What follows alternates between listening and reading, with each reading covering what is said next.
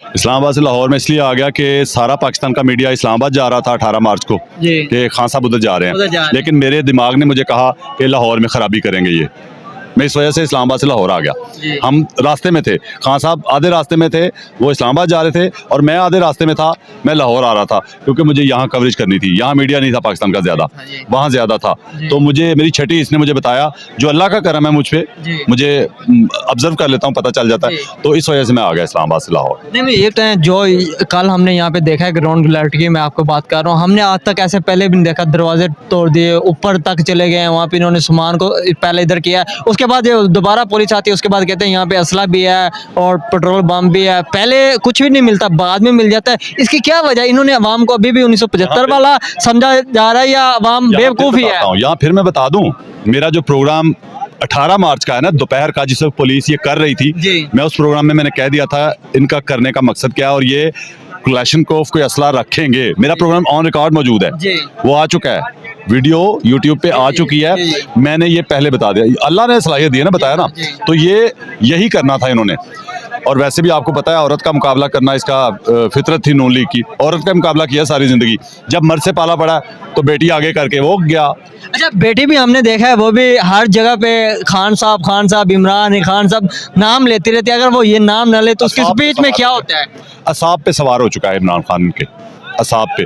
जो कौम है ना, कौम की 90% जो लोग हैं उनके दिलों में घुस चुका है इमरान खान, और जो 14 पार्टियां हैं ना उनके असाब पे सवार हो चुका है। अब आपने एक बात की बीच में, आपने कहा कि पहले पाकिस्तान में कभी ये हालात नहीं देखे, तो पाकिस्तान में पहले कभी 14 पार्टियों को एक साथ होते भी नहीं देखा आपने। पहले इनके पास कोई था नहीं इनको लड़ाने वाला, अब आ गया ना।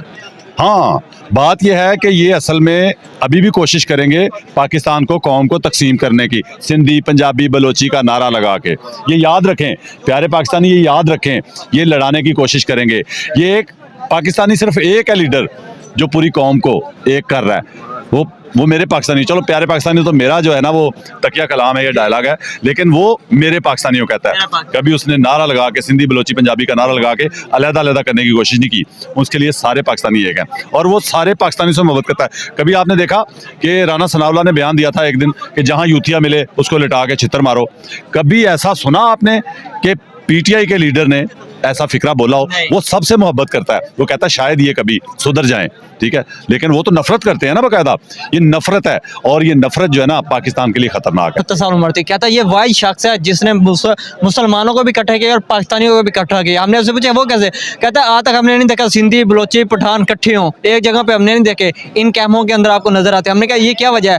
कहता है पहले हमने पंजाबी के पीछे पंजाबी को देखा, सिंधी को सिंधी के पीछे, सराइकियों को सराइकियों के पीछे, ऐसे मौलवियों को भी अब देखा। कहता है मौलवी भी जो है वो इसके नीचे आए हुए हैं। कहता है ये वाही शख्स है जो मुल्क के लिए कुछ कर सकता है, यहाँ पे और कोई भी नहीं है। प्रॉब्लम पता क्या है? यही तो 14 पार्टियों से हजम नहीं हो रही चीज कि सारे पाकिस्तानियों को एक करता जा रहा है।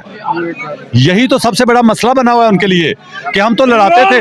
जिंदाबाद इमरान खान। अच्छा, इन्होंने कल मीडिया को भी बंद किया, हमने देखा है, बॉल को भी इन्होंने बंद किया, बहुत से न्यूज चैनलों को बंद किया, जो इनके अपने उनको भी इन्होंने कहा आपने खान को नहीं दिखाना, पर खान के घर के बाहर आपने मीडिया की गाड़ियां लगा देनी है, बस आपको ये पता चले खान साहब ने जूती कौन सी पहनी और जुराबे कौन सी पहनी, ये बताने के लिए। बोल का वो जो स्लोगन है ना आजकल चल रहा है, वो मुझे बड़ा पसंद आया। बोल को बोलने दो, ठीक है, तो बोल को भी बंद करते हैं ये। कितने बोल बंद करोगे? हर जुबान पे बोल है, ठीक है, हर जुबान पे कोई ना कोई बोल है और वो हक का बोल है, सच का बोल है, दीन का बोल है, मेरे नबी पाक सल्लल्लाहु अलैहि वसल्लम का बोल है। कितने बंद करोगे? करके देख लो। अच्छा, 25 मई को भी यहाँ पे शेलिंग हुई थी, वो भी हमने देखी। जो पिछले दिनों में शेलिंग हुई है 24 घंटे शेलिंग, उसमें से 20 घंटे मैंने खुद शेलिंग खाई है, मेरी अब तक तबीयत नहीं सही हो रही। आज तक हमने इतनी शेलिंग नहीं देखी थी। ये शेलिंग करने का इनको क्या मकसद? अगर इतनी शेलिंग हम क्या कश्मीर में करते तो हमारा कश्मीर हमें मिल जाता। यार कश्मीर में जो हमें पीटीवी पे जो बचपन से देखते आ रहे थे ना जुल्म, खुदा की कसम वो पीछे रह गया। जो जुल्म ये पाकिस्तान के अंदर, इंडिया को मौका दे दिया इन्होंने, हिंदुस्तान को मौका दे दिया है कि हिंदुस्तान अब कह सकता है हमें कि हमने क्या कश्मीर में जुल्म किया जी। जो आपके अपने जुल्म कर रहे हैं, अपनी फोर्सेस, अपने इदारे, अपनी पुलिस जो पाकिस्तानियों पे जुल्म कर रही है, बाखुदा मैंने ये नज़ारे जो है ना, थोड़ी झलक जो थी ना वो बचपन में टीवी पे पीटीवी पे कश्मीर में देखता था, लेकिन ये आगे निकल गए हैं, क्रॉस कर गए हैं। अच्छा, मेरे प्यारे पाकिस्तानियों को आखिर में क्या मैसेज देंगे? मेरे प्यारे पाकिस्तानियों को यही है, एक हो जाएं। अगर आने वाली नस्लों को बचाना है तो एक हो जाओ।